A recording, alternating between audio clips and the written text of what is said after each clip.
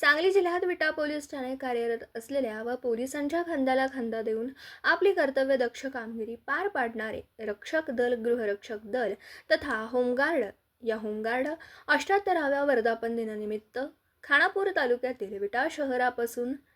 7 kilometre अंतरावर असलेल्या तीर्थक्षेत्र श्री रेवणसिद्ध मंदिर परिसरात व मंदिरामध्ये या तमाम पुरुष व महिला होमगार्ड टीमने माननीय अप्पर पोलीस अधीक्षक रितू खोकर मॅडम यांच्या आदेशानुसार तसेच प्रशासकीय अधिकारी माननीय काशेद साहेब व केंद्रनायक माननीय नागदिवस साहेब यांच्या मार्गदर्शनाखाली विटा गृहरक्षक दलाकडून महाराष्ट्र होमगार्ड संघटनेचं या वर्धापन दिनाचं औचित्य साधून स्वच्छता मोहीम व वृक्षारोपण मंगळवारी सकाळी 7:30 वाजल्यापासून ही मोहीम दुपारपर्यंत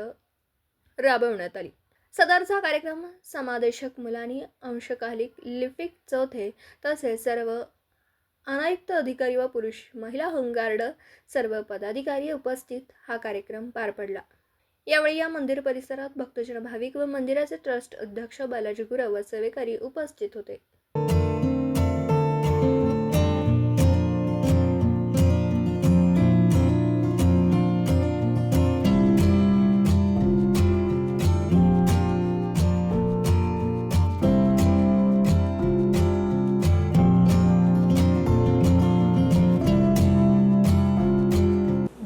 दिवसभरातील घडामोडींचा आढावा घेण्यासाठी पाहत रहा N24 मराठी न्यूज चॅनल।